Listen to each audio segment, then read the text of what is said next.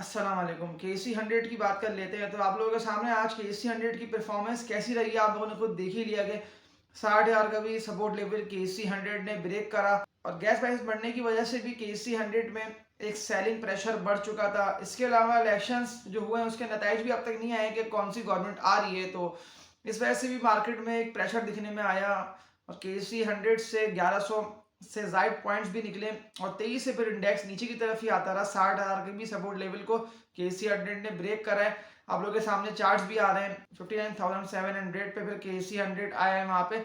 थोड़ी सी ट्रेडिंग करके एक्यूमुलेट हुआ है, वहां से स्लो करके अपवर्ड की तरफ आया और 59,900 पे KC100 की क्लोजिंग आई है। तो इस वीडियो को लाजमी लाइक भी कर दिएगा और न्यू व्यूवर्स चैनल सब्सक्राइब लाजमी कर लें ताकि फिर आप लोगों को टाइमली स्टॉक्स की अपडेट भी मिलती रहे, जिससे आप लोगों की खास तौर पर डिसीजन मेकिंग और स्टॉक्स की बाइंग करने में आसानी हो जाए। आप लोगों को मैंने 3 दिन पहले ही बता दिया था कि KC100 की 60,000 की भी सपोर्ट लेवल ये बहुत ज्यादा वीक है, वो इसलिए कि सेलिंग प्रेशर बढ़ चुका है सारे स्टॉक्स में। जिस तरह से आज भी PPL, OGDC, हब पावर,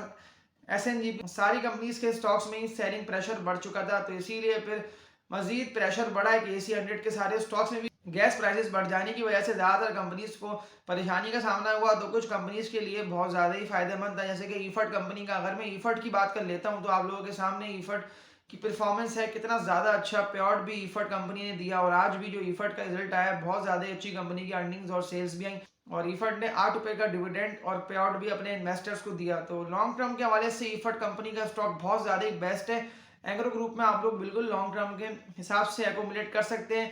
भले KC100 50,000 पर हो, 40,000 पर हो, 70,000 पर हो, कहीं पे भी KC100 ट्रेडिंग कर रहा हो, लेकिन एग्रो ग्रुप के जो स्क्रिप्ट्स हैं वो बहुत ज़्यादा ही बेस्ट है और शानदार है। आप लोग खुद भी एग्रो के सारी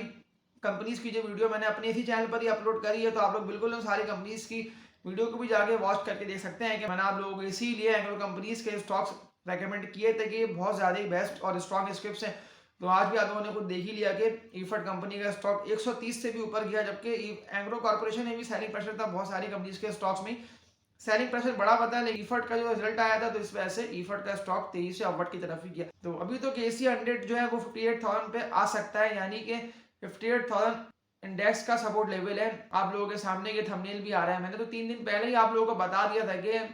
KC100 जो है वो यहाँ तक आ सकता है 58,000 तक, वो इसलिए कि 60,000 की भी सपोर्ट लेवल पे आके KC100 जो होता वो ट्रेड करके उससे ऊपर निकल रहा था। लेकिन जब तक मार्केट की डायरेक्शन क्लियर नहीं होती है कि कौन सी गवर्नमेंट आती है और फिर IMF के प्रोग्राम को भी लेकर चलना है, वो इसलिए कि IMF की जो सारी बातें हैं उन सारी बातों पर भी जो कि पाकिस्तान है वो अमल भी कर रहा है, तो इसीलिए पेट्रोल के प्राइस भी आप लोगों के सामने है कि आज बढ़ाए गए। इसके अलावा गैस की कीमतें भी कल बढ़ी, तो ये सारी चीज़ें इसीलिए बढ़ाई जा रही हैं कि IMF का लोन पाकिस्तान को जल्द से जल्द मिले और उससे फिर पाकिस्तान की इकनॉमी भी स्टेबल होगी और जो लॉन्ग टर्म जो कर्जे पाकिस्तान ने लिए हुए वो ज़्यादातर कर्जे भी अदा होंगे उससे। और बहुत सारी जो कि गवर्नमेंट एंटिटीज़ हैं जो कि बहुत कैश रिच कंपनीज है बेसिकली, वो सारी जैसे कि PPL, OEDC, हमारी पेट्रोलियम, SNGP, बहुत सारी ऐसी कंपनीज के स्टॉक्स की भी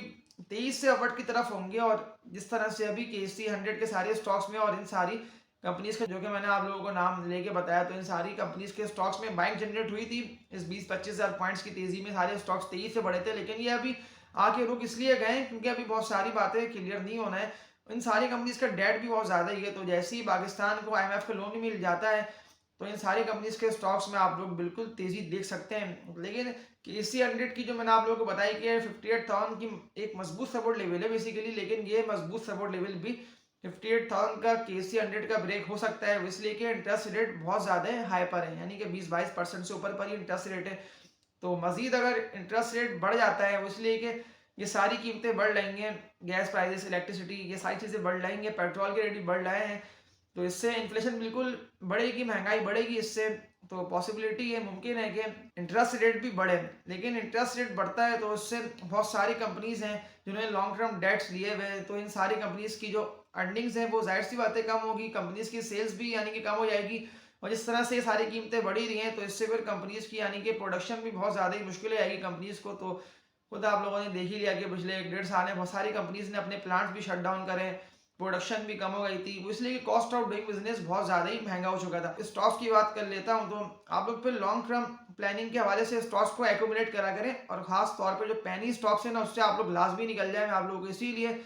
पेनी स्टॉक में बाइंग करने से मना कर रहा होता हूँ और पेनी स्टॉक से निकलने का बोल रहा होता हूँ, क्योंकि आप लोगों ने आज भी देख ही लिया कि जिस तरह से केसी 100 में सेलिंग प्रेशर बढ़ा है और सारे स्टॉक्स के नीचे की तरफ आए हैं, लेकिन जो मजबूत और स्टेबल कंपनी का स्टॉक है ना, जैसे कि एफसीपीएल है, ईपीसीएल है, बहुत सारी ऐसी फंडामेंटली स्ट्रॉन्ग स्क्रिप्ट है, ये अभी तो प्रेशर की वजह से और इंटरेस्ट रेट बहुत ज्यादा हाई पा रहे हैं, तो ये सारे स्टॉक नीचे की तरफ आ रहे हैं। लेकिन जैसे ही मजबूत सपोर्ट लेवल बनता है और इंटरेस्ट रेट को रिवर्सल होता है या से पाकिस्तान को एमएफ का लोन ही मिल जाता है, तो उससे भी जिस तरह से केसी अपडेट बूस्ट होगा, यानी कि अपवर्ड की तरफ आएगा, तेजी से बाइंग जनरेट होगी। तो इसलिए कि बहुत सारे लोग ऐसे हैं, खास तौर पे जो फॉरेन इंडिविजुअल से, फॉरेन कॉर्पोरेट से,